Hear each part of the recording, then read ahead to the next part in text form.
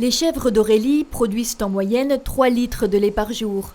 Du lait qu'elles transforment en yaourts et fromages variés et qu'elles écoulent en vente directe, une activité qui a démarré en 2007 avec quelques chèvres dans son jardin, mais la demande en produits laitiers a été telle que la jeune femme a fait le choix de se professionnaliser.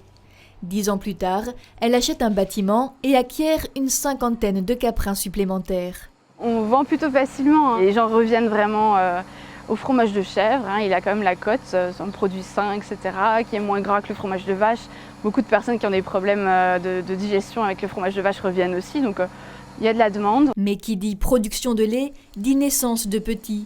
Si les femelles sont gardées dans le troupeau, les mâles rejoignaient jusqu'alors le circuit conventionnel. Envoyés dès l'âge de 10 jours chez des engraisseurs et vendus pour leur viande à l'export. Soucieuse du bien-être animal, mais aussi de faire redécouvrir la viande caprine, Aurélie a décidé de garder ses chevreaux afin de les élever elle-même sous leur mère le plus longtemps possible et de les sevrer progressivement. C'est aussi pour être plus proche de leur comportement naturel, de laisser les petits avec leur maman, de laisser téter. Ils vont apprendre à manger avec elle aussi du foin, des céréales, etc.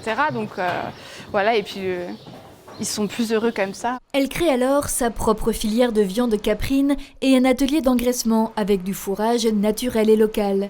Une activité encore marginale dans le Grand Est. Si la viande de chevreau peut souffrir de son image d'animal mignon, elle était consommée autrefois au même titre que le veau ou l'agneau. Donc on est toujours un peu triste parce qu'ils sont très mignons, on s'attache vraiment et puis ils sont très câlins. Mais ce que j'essaie de mettre en avant, c'est que oui, ça fait partie de l'élevage. C'est une viande très bonne. Elle est méconnue, c'est dommage. Abattoir de Sarrebourg, transformation par des bouchers locaux, Aurélie a fait le choix du circuit court et vente directe à la ferme. Mais forcément, il a fallu initier le consommateur. Un bon 3/4 d'heure bien arrosé au four.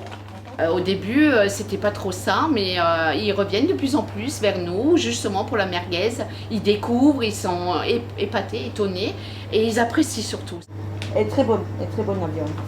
Et afin de mieux communiquer sur son métier, l'éleveuse ouvre sa ferme au public tous les samedis matins.